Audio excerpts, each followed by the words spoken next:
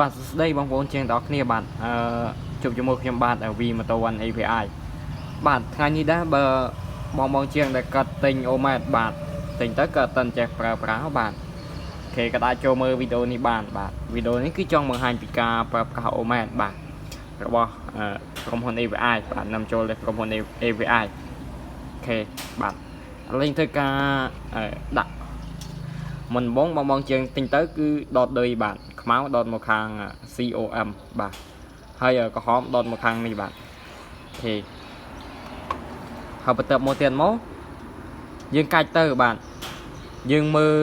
តួលេខនេះបាទគឺ vol DC អូខេអានេះគឺ vol បាទ vol DC ដល់លេខ600នេះគឺគេដាក់ខណ្ឌមួយបាទដាក់ខណ្ឌនេះមួយបាទហើយចំណែក600មកដល់200នេះគឺ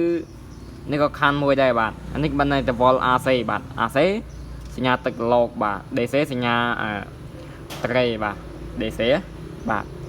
ហើយចុះមកក្រុមនេះនៅតួម៉ូតូយើងគឺយើងអត់ប្រើទេបាទអានេះវាតាក់ទងជាមួយនឹងវាស់ភ្លើងផ្ទះបាទហើយមកខាងនេះគឺសញ្ញា Wi-Fi បាទ Wi-Fi នេះគេដាក់ខណ្ឌមួយដែរបាទបានន័យថាវាស់សម្រាប់ខ្សែដាច់បាទខ្សែដាច់បានន័យថាយើងកាច់មកបាទលើទីតបាទយើងចាក់ខ្សែមកបាទឧទាហរណ៍ដូចជាខ្សែនេះបាទខ្សែភ្លើងនេះមួយបាទយើងចង់ដឹងថាវាដាច់មិនដាច់ដាច់ក្នុងមិនដាច់យើងចាក់ខាងនេះមកខាងមក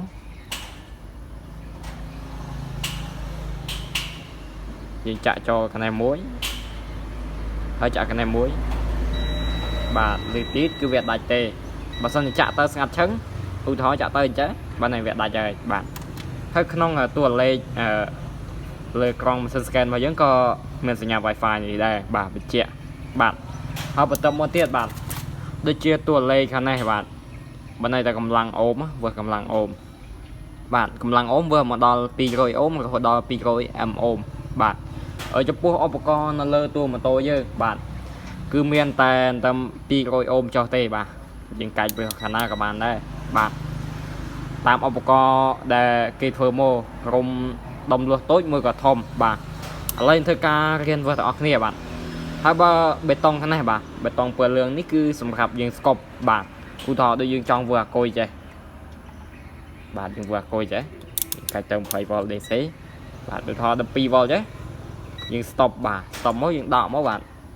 វា stop ឲ្យយើងមើលតួលេខឲ្យច្បាស់បាទបើយើងចង់បើកវិញគឺយើងចុចប៊ូតុងទៅមកបាទដាច់ហើយចំណែកប៊ូតុងពណ៌ខៀវនេះគឺជាប៊ូតុងបើកភ្លើងបាទឧទាហរណ៍ដូចយើងធ្វើការវាស់មកពេលយប់កន្លែងឬមកក៏កន្លែងល្ងិតវាសោភ្លឺយើងបើកមកបាទវាភ្លឺតែម្ដងបាទនេះភ្លឺខ្លាំងបាទអូខេហើយយើងសូមបញ្ជាក់មកម្ដងទៀតបាទបើន័យតែ 200V 200mV បាទ200mV គឺជាសញ្ញាទូចជាងគេបងអស់បាទចំពោះ volt DC បាទ 2000V វាស្មើនឹង 2V បាទបើន័យតែ 1000V វាស្មើនឹង 1V អូខេបាទ 20V DC វាចូលដូចជា 20000V បាទ 20V DC គឺវាស្មើ 20000mV បាទជាស្ងាយមិនមែន 20000V ទេបាទ 20V DC ចំពោះអាគុយរបស់យើងគឺយើងកាច់ទៅតែ 20V មកហើយចំពោះភ្លើងម៉ូតូរបស់យើងគឺកម្លាំងភ្លើងវាមានតែ 12V បាទខ្ទង់ 12V មួយក៏អាច 13-14V DC បាទឥឡូវធ្វើការវើអាគុយបាទតែអាគុយនេះនៅកម្លាំងភ្លើងបានអូខេឥឡូវយើងធ្វើការចាក់សងខាងនេះមកបាទគឺនៅ 12V ចុច 50 បាទវាចិត្ត 13V អូខេអាគុយយើងគឺវានៅមានកម្លាំងបាទនេះចំពោះ volt DC បាទចំពោះម៉ូតូយើងភ្លើងដូចជាភ្លើងអាគុយគឺយើងកាច់ទៅ DC ទៅបាទអូខេចាក់មកស្រួលដិតបាទ 12V DC 12V ចុច 50 បាទចំណែកឯភ្លើង AC បាទភ្លើង AC នេះយើងកាច់មកចំណុះកន្លែង AC មក6ក៏បាន 200V AC ក៏បានបាទហើយចំពោះភ្លើង AC នៅលើម៉ូតូគឺយើងវាស់ជាមួយដូចជាដុំភ្លើងបាទភ្លើងចេញពីវឡង់ចេញពីដុំភ្លើងហ្នឹងឯងបាទជាភ្លើង AC បាទយើងចាក់វាស់បាន cứ cài từ V AC mỗi dương vừa mỗi đằng bạn bạnបន្ទាប់មកទៀតដូចសញ្ញា Wi-Fi នេះបាទសញ្ញា Wi-Fi នេះគឺយើងបាទវាជាមួយនឹងខ្សែដាច់បាទឧទាហរណ៍ដូចយើងចង់វាខ្សែដាច់ដែលយើងមិនចាំបាច់ចាក់អំពូលទេព្រោះឡូវគឺគេលេងប្រើអំពូលទេហើយសាមអំពូលទេកាលណាយើងចាក់ម៉ូតូអូតូវាអាចប៉ះពាល់ដល់ម៉ាញ់ម៉ូតូបាទយើងប្រើយកភេទអូម៉ែតរបស់យើងមកស្រួលជាងបាទ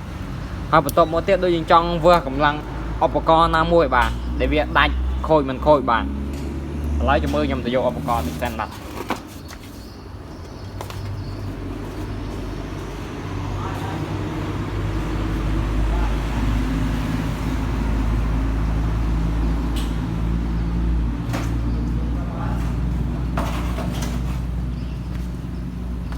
បាទឥឡូវនេះយើងប្រៀបធៀបដូចជាលាននេះមួយបាទយើងចង់វាស់កម្លាំងអូមវាតែយើងវាស់បែបណាបាទដោយអាលេវាមានជើងតភ្ជាប់បាទជើងនេះជើងតភ្ជាប់ណាបាទអត់មានអូមទេបាទជើងខាងនេះគឺជាកម្លាំងរបំទំលោះកម្លាំងអូមបាទយើងកាច់ទៅ200អូមមកវាស់កម្លាំងអូមវាហើយគឺវាឡើង10អូមចុច9ចុច8បាទឥឡូវយើងកាច់ទៅ200មកវាឡើងអត់200វាឡើង11អូមបាទនេះវាបាត់កតុយណាបាទហើយយើងកាច់ទៅ 20k អូមមកបាទ k អូមនេះវាចេញមកតួលេខ 0.01 អូមបាទវាស្មើនឹង10អូមហ្នឹងឯងបាទនេះជារបៀបវាស់កម្លាំងអូមរបស់ឧបករណ៍កាលណាដែលយើងកាច់ទៅយើងវាស់ទៅបាទវាមានឡើងអូមយ៉ាងឧទាហរណ៍អានេះឡើងអូមហើយសារតែនេះអត់មានខូចទេលាននេះបាទយើងអាចដឹងបាទបើសិនយើងចាក់វាស់ដែលខ្សែជាមេរបុំនំលួសគឺវាអត់ឡើងទេបាទនេះជាវិធីវាស់កម្លាំងអូមបាទឧទាហរណ៍ដូចជាជើងនេះរបុំនំលួសកាលណាវាដាច់ខ្នងគឺវាវាស់ទៅអត់ឡើងចេះតែម្ដងអានេះគឺយើងសន្មតថាវាខូចបាទវីដេអូឃ្លីបនេះគឺមានតែប៉ុណ្្នឹងទេបាទអរគុណបាទសូមអរគុណបើសិនជាបងជាងចង់បានបាទដូចជាសភៅបាទអូម៉ែតម៉ាស៊ីនស្កេនឧបករណ៍វាស់កំឆុងឲ្យផ្សេងទៀតអាចទំនាក់ទំនងមកខាងបងអូនបានបាទ V Motor One API បាទសូមអរគុណ